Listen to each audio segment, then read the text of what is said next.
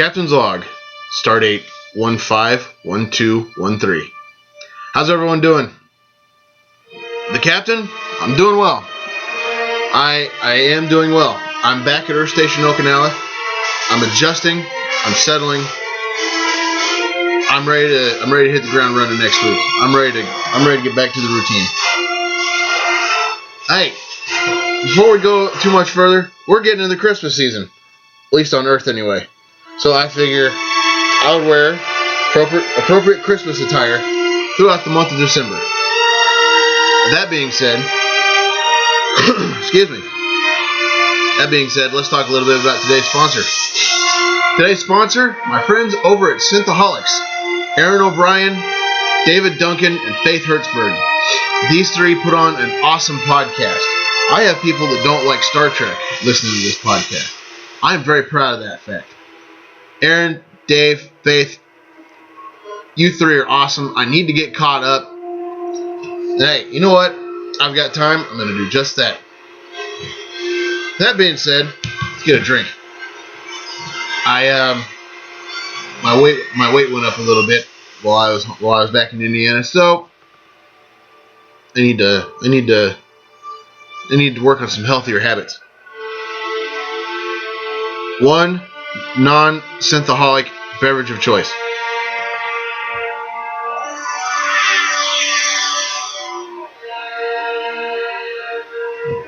This week's beverage of choice is going to be Bigelow's Eggnog Tea. Good stuff. I like it. Kapla!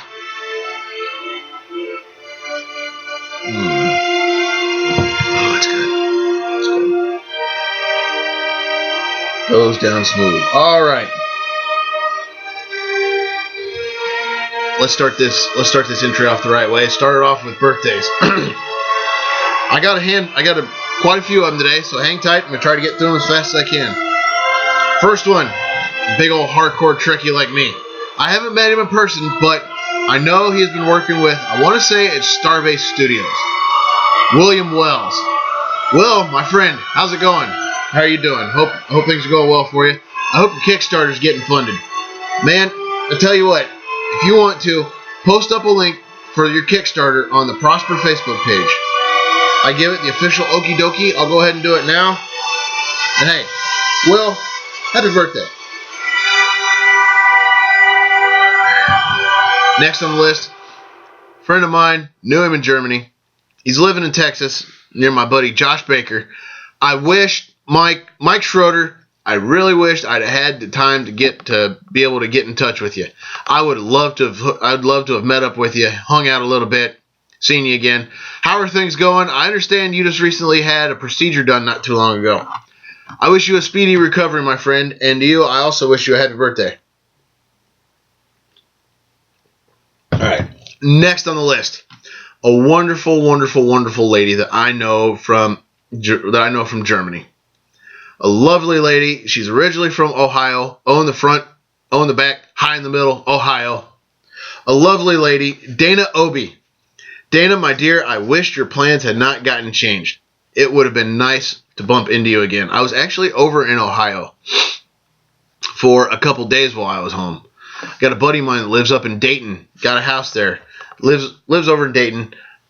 It would have been a hop, skip, and jump to be able to come down to Cincinnati and see you. But Dana, hey, I also understand congratulations are in order to you. Your husband just came back from a business trip. That is awesome. That is a good birthday gift. And you know what? I wish you a happy birthday. All right, next on the list. This gentleman is a fellow Masonic brother of mine. I met him in Germany. Belonged to the same lodge with him out there for a couple years. John Bailey. John, how you doing? I hope things are going well for you. I hope your wife spoiled you on your birthday. And I hope you're living up this next phase in your life. John, happy birthday. Next on the list, a lovely lady I knew from Indiana, knew from back home. I think she moved to Florida. I haven't heard much from you lately. Sandy Pratt. Sandy, what's going on? I hope life is treating you well. I hope things are going good for you. You are good egg. You're good egg all the way around. And Sande, I really do hope you had a happy birthday. Here's to you. All right, next on the list. Next up, this lovely lady I worked with, Josh Baker with, on Beer and Song of the Day. Back about the time I moved here to Earth Station Okinawa. A lovely lady. She actually met me in Baltimore. Kind of took me around a little bit, picked me up from the airport. Kellie Floyd, a wonderful lady. Kellie, how are things going for you? I hope you're doing well. Hey, I hope I get a chance to see you again. Happy belated.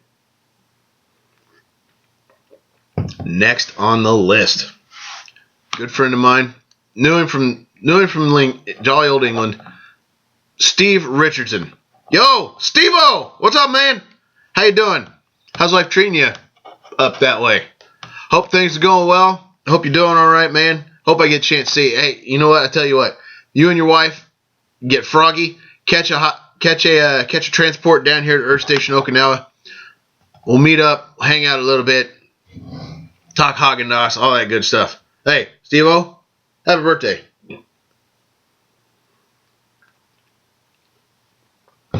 Next on the list, lovely lady I know living in.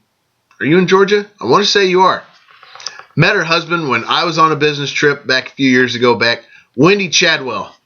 Wendy, my dear, how are you doing? I hope things are going well for you. I hope George spoiled you. If not, I'm going to have to come over there and attempt to beat him up. Wendy, my dear, happy birthday. Last two, I promise.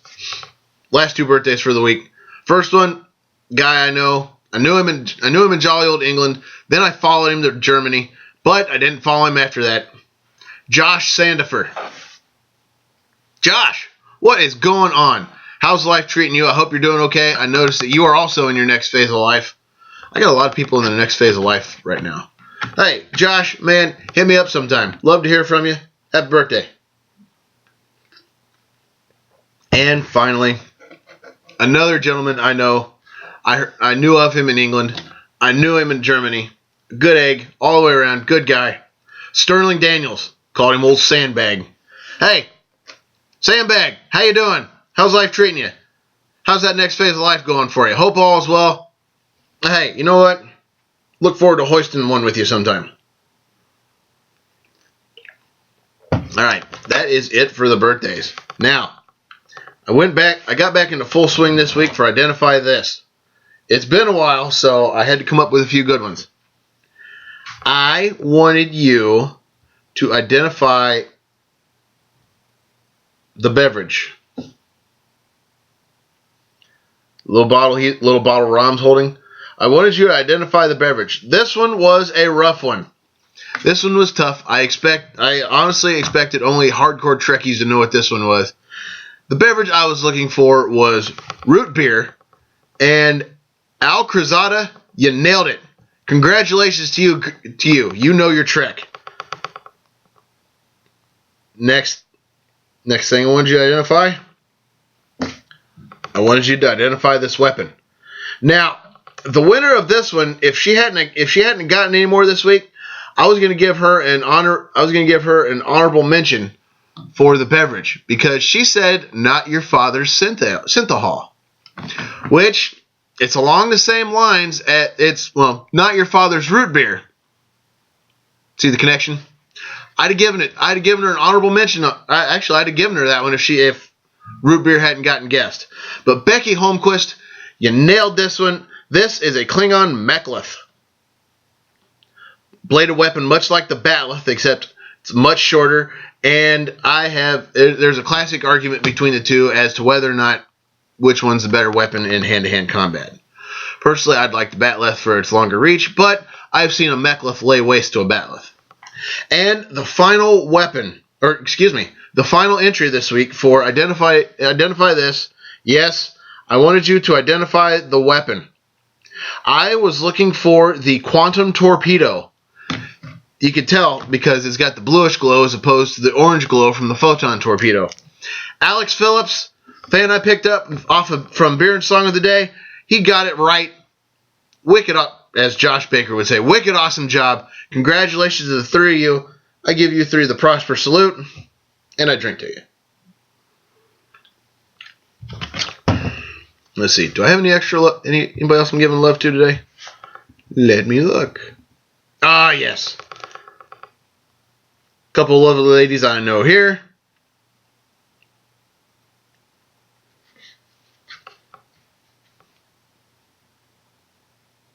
Just want to make sure I got everything set up. Couple of lovely ladies I know here. The first one, saw her Friday night. I actually babysat her children with my house commander, Kryssy Zest. Kryssy, dear, what's going on? It has been too long since I've seen you. You know it.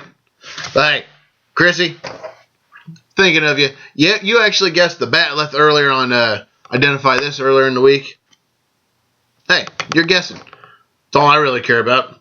You may not get it right, but at least you're out there trying. That's all I really care about. Hey, lovely seeing you again. Hope to see you again. Probably will. And the other lovely lady I'm going to give a little bit of love to. I actually got to give love to 2 more people this week after this one. Jessica Stoger. I had no problem shipping and bringing that cargo home for you that you wanted. I was actually happy to do it. Hey, hope you put it to good use, and I want to see what it looks like when it's all said and done. And the final 2 greetings this week.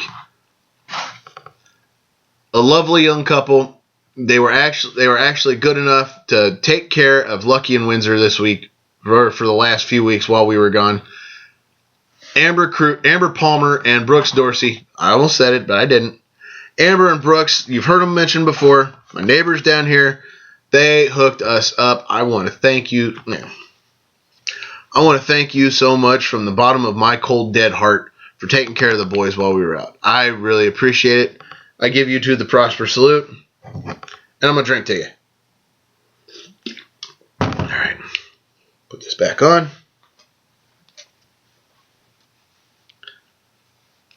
All right.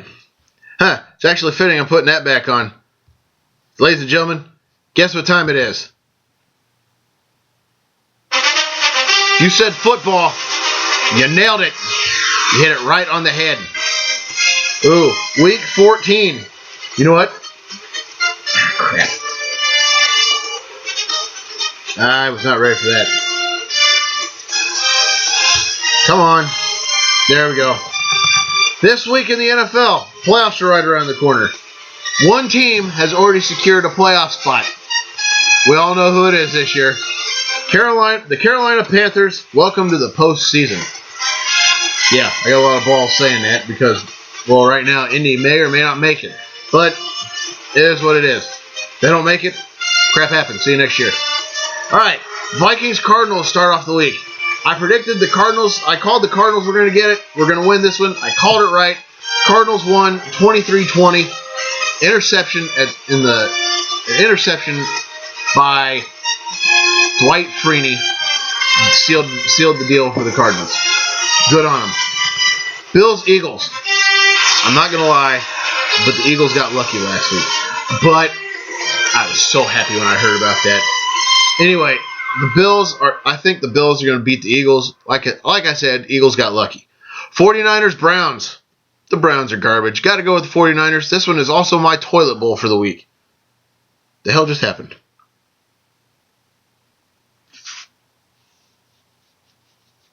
Okay, got it. 49ers, Browns. Picking the 49ers. The Browns are garbage. I'm going with this one for the toilet bowl.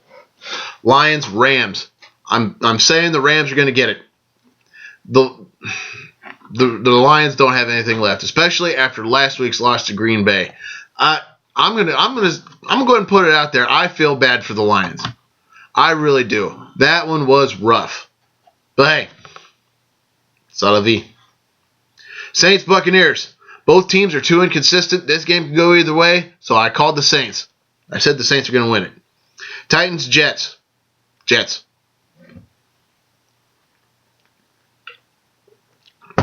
No contest. Jets got it. Steelers, Bengals. Now, I actually saw a video earlier this week about how somebody thought the Bengals were the best team in the AFC right now. That's easy. The Bengals are the healthiest team, or one of the healthiest teams in the AFC. They have few injuries. They have few people out. But I'm calling the Bengals over the Steelers. I know it's ballsy, but something's telling me. But honestly, this game could go either way. Colts, Jaguars.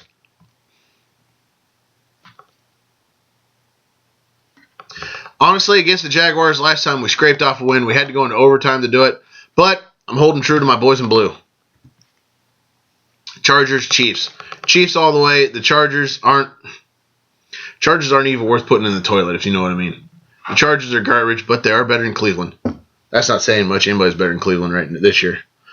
Redskins, Bears. Going with the Bears. They beat the Packers at Lambeau, which if there's one thing the Packers know how to do, they know how to win at Lambeau. But honestly, they got lucky against Lambeau. This one could go either way. I'm going to throw it out there now. This one could go either way. Falcons, Panthers. Falcons, not really. Both teams are unusually tough when it counts this year. But I'm going with the Panthers. I'm going to go ahead and say that either this meetup or the next one's going to be the one that stops the Panthers' undefeated season. If not, Panthers are going 16-0. Seahawks, Ravens. The Ravens are a joke this year. I've got the Seahawks pegged to win that one, but should the Seahawks lose, that puts the Cardinals on top of the NFC West. Raiders, Broncos. Ooh. I'm going with the Broncos. But I am going to add this. The last meeting was close. Peyton Manning did not throw a single touchdown pass last time they met. But at the same time, Brock Osweiler's 3-0, and I think he's looking to become the new franchise quarterback. Cowboys, Packers. I've got the Packers pegged to win this one. The Packers are going to get it. This is the rematch of the famous catch game from last year in the playoffs, but they don't have Romo.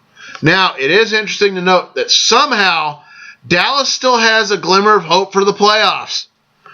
That I've heard that division described as the NFC least, NFC beast, but this year it's the NFC easy, especially if all four teams can sit on top of the division in the season. I seriously think all four teams in that division have sat atop this year. Cheaters, Texans. Okay, now where's that fireball when I need it? I've got the Cheaters pegged to win this one. But honestly, I hate to say this. The Texans are unusually good this year. They're right up there with us. I can't say that. We are unusually lousy this year. But either way it happens. But as I was saying, I hate to say this, but in order to keep a hold of the AFC South, cheat on!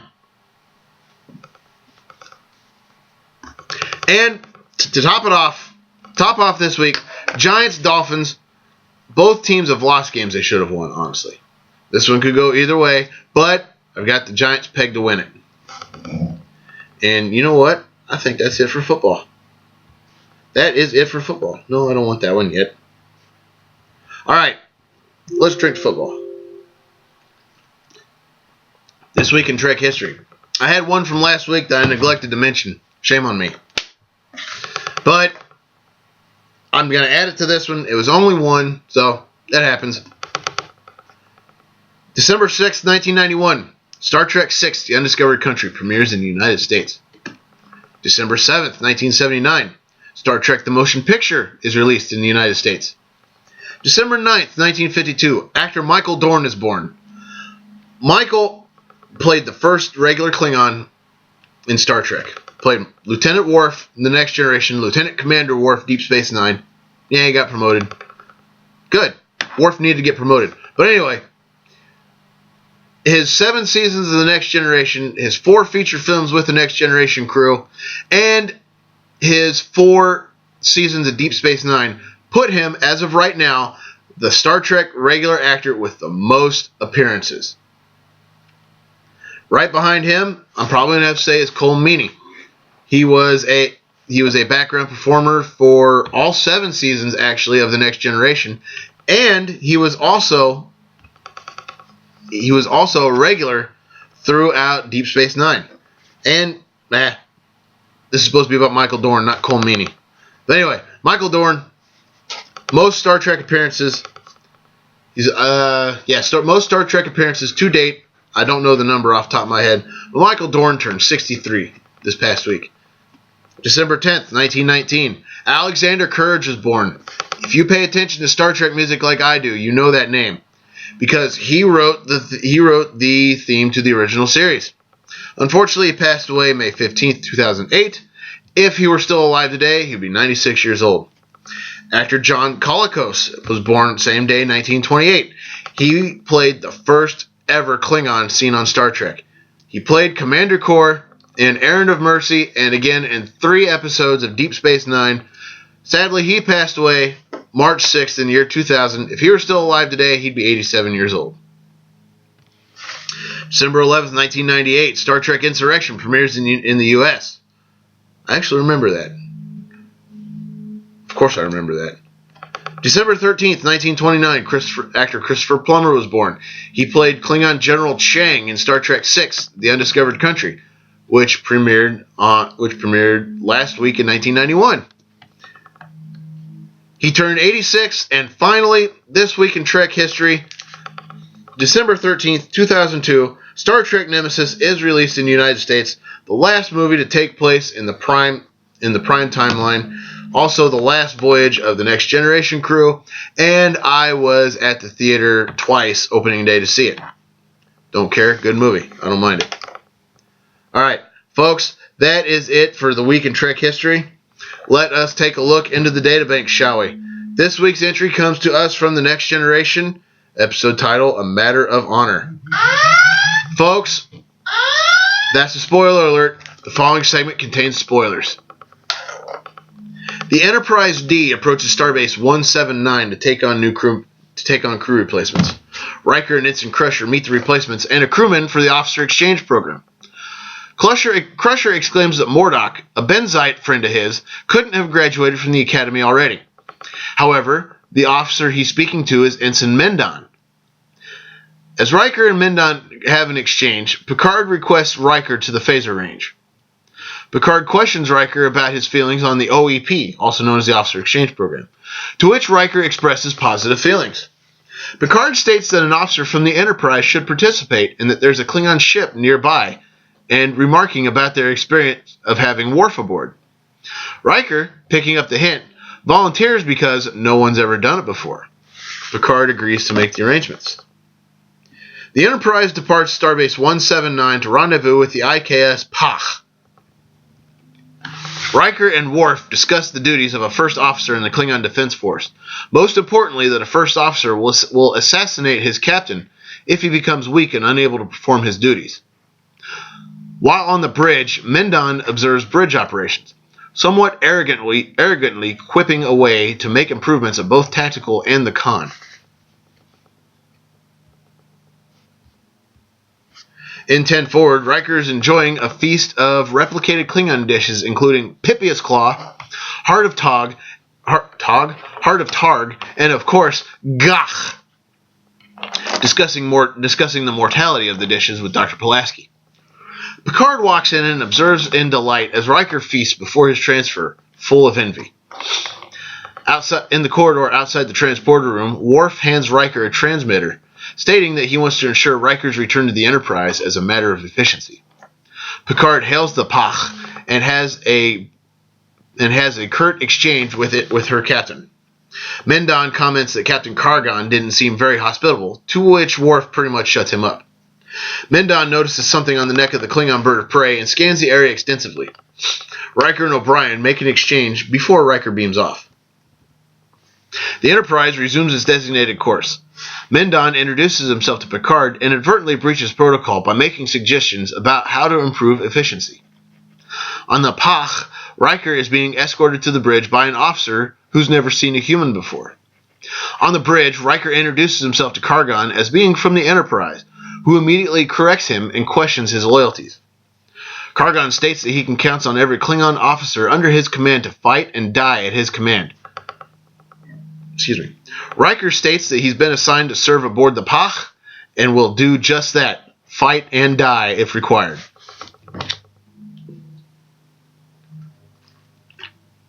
The second officer, Lieutenant Clank, challenged his statement, to which Kargan calls it Riker's first command decision. Riker proceeds to thrash Clank enough to get his point across, threatening to make him a prisoner should he question his orders again. Back on the Enterprise, Worf reports a substance on the hull of the ship. Data identifies it as a spaceborne bacteria, as Mendon reports noticing the same thing. Mendon states that he hadn't completed the scans and made a resolution, or that as he hadn't completed the scans and made a resolution, it would be improper for him to report anything as per Benzite customs. Picard instructs him on procedures, to which Worf states he will instruct him further. In the mess hall of the Pach, Riker and the crew enjoy a meal. Riker observes the table full of warriors he's eating with, complimenting them on their food, however not eating much due to feasting before leaving the Enterprise. His second officer offers him something easier, like breast milk, which causes a stir. Riker and Clank discuss warriors and honorable death. The female at Riker's table looks him over, stating he's ugly, but she'll have him. Clank states the females wonder how he'd endure them, to which Riker asks one or both. To which the room erupts in a roar of laughter. As the room clears, another Klingon joins Riker and Clank, to which they ask about whether or not he's a typical Federation officer. They discuss cultural differences as well as biological similarities. I am like you. I have a mother. I have a father. I look like them. They look like me. So on and so forth. Riker asks Clank about his father, who will not see him. Riker challenges Clank to express feelings of sentimentality towards his father, to which Clank states he wouldn't know how.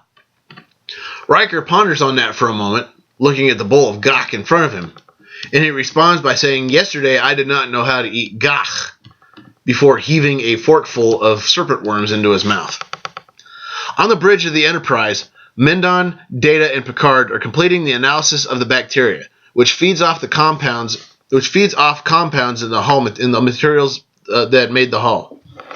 The Pach is more susceptible to this, as their hull contains more of the compounds. Riker steps onto the bridge of the Pach, to which Kargan asks him about the bacteria. Luckily, the cavity opened into a section that could handle it, but in 8 hours the ship would be gone. Riker and Kargan go back and forth about their contact with the Enterprise. Kargan believes they've been the victim of a weapon and intends to attack and destroy them. Wesley compliments Mendon about his progress with the life form. However, Mendon believes he's failed due to unfamiliarity with ship's protocol.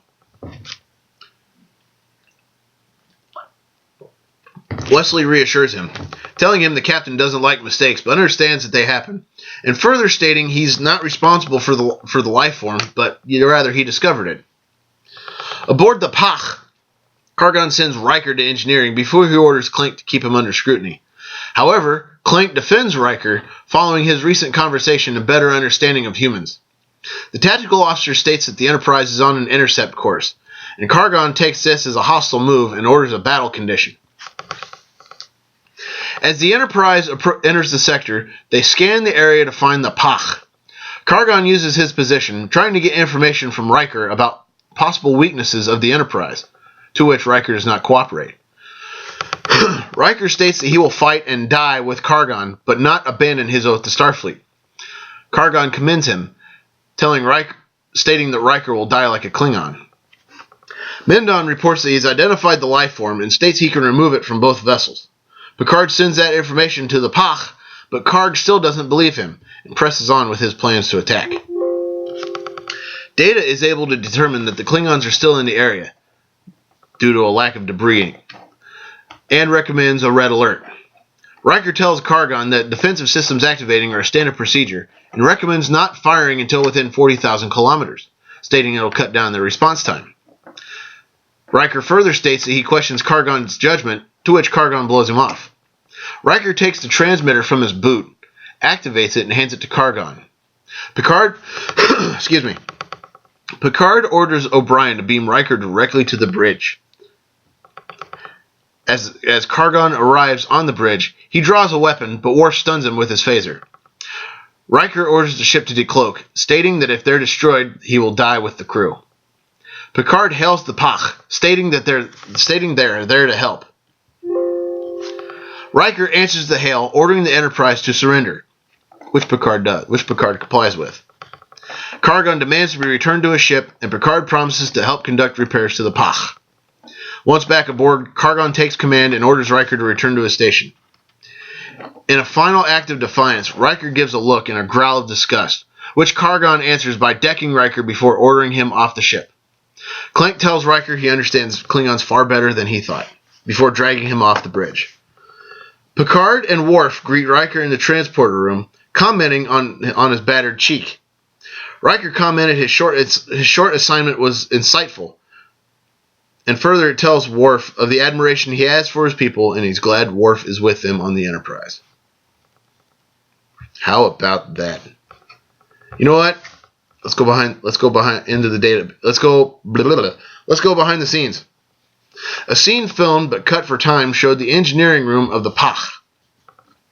A maquette, M-A-Q-U-E-T-T-E, of the engine room was already completed, photographs of which have been published in the 24th Century Technical Manual.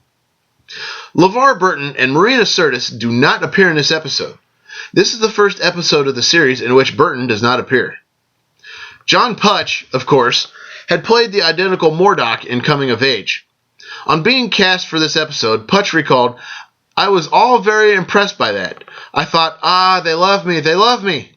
What they really loved was that it was me, because they'd spent all that money on making the blue head and it was form-fitted to me. I don't fault them for that. I would have done the same thing, but it's funny how you're naive about these things when you're just an actor." According to prop master Alan Sims, the gach was actually long brown noodles, while the roquette blood pie was turnips in pumpkin pies, dyed red. He used chicken feet as Pythias claw, animal organs as heart of tog. Tog? That's the second time I've done that. Animal organs as heart of targ, and other things such as fish, eyes, squids, and octopus. Most of the things Sims bought at the Asian market. That explains a few things. A momentary reference to the Japanese series Dirty Pair is made on a bridge science station monitor. When Mendon first observes the subatomic bacteria on the Pach after being chastised by Worf. The reference takes the form of Up Kai and Up Yuri and is located beneath Quark Population in the lower right-hand corner of the screen.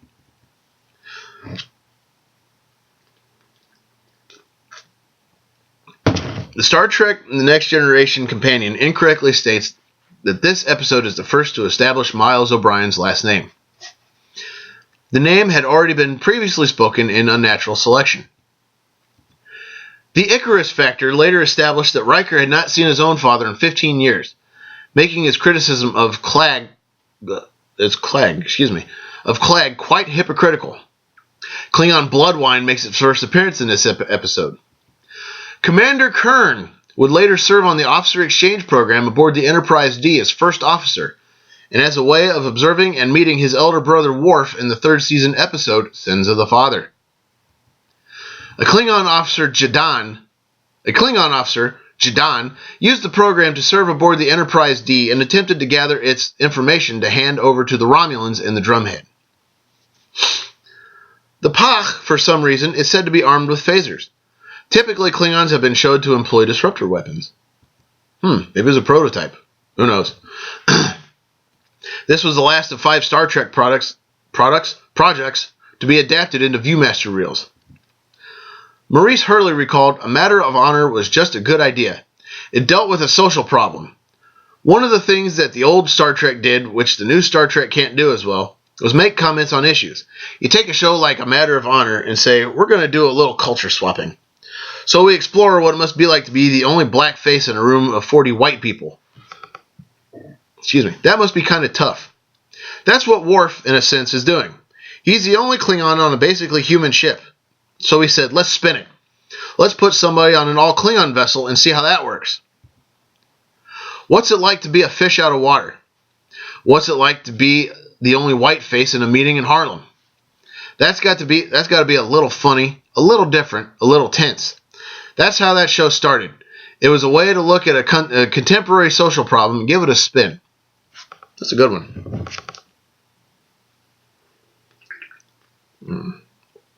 For Hurley, a key scene was where Riker sits down to a meal aboard the Pach. The Klingon says he's surprised at Riker because he has a sense of humor. Riker looks at him and says, "Son of a gun, I was thinking the same thing." If Riker had said, "I'm surprised you guys have a sense of humor," it wouldn't have meant anything. But spin it, and all of a sudden it became the point of the whole show. I see that. Director Rob Bowman remarked, "Jonathan Frakes and I really got into that episode. This one was a fun one to do. I think Jonathan was waiting to do something that was rough and had action. And it also had the bonding between he and Clag. Every day was Jonathan and I doing high fives and trying to put forth on film all the energy and spirit and adventure that was in that script. It was great to do. I guess there's a spirit inherent with the Klingons that seems to push it forth in a certain direction with the characters and with the camera. I was going through my divorce at the time and was escaping into the world of space for some happiness. Probably helped me to concentrate a little better. I know I was very aggressive at that point, so we put that on screen. When we did the fight on the bridge, I wanted to be as rough as I could possibly make it. We even had to pare it down a bit, because what we had in mind was just too much. A Matter of Honor was given a 12.2 rating on the Nielsen Television Index, the highest rating to that point on The Next Generation, making it one of the most watched episodes of the series at all time. And finally, a mission report for this episode by Patrick Daniel O'Neill was published in the official Star Trek The Next Generation magazine, Volume 7, pages 44 through 50. Oh, excuse me, one more. This episode was nominated for an Emmy Award for Outstanding Achievement in Makeup for a Series. Folks, that is that. Let me finish this.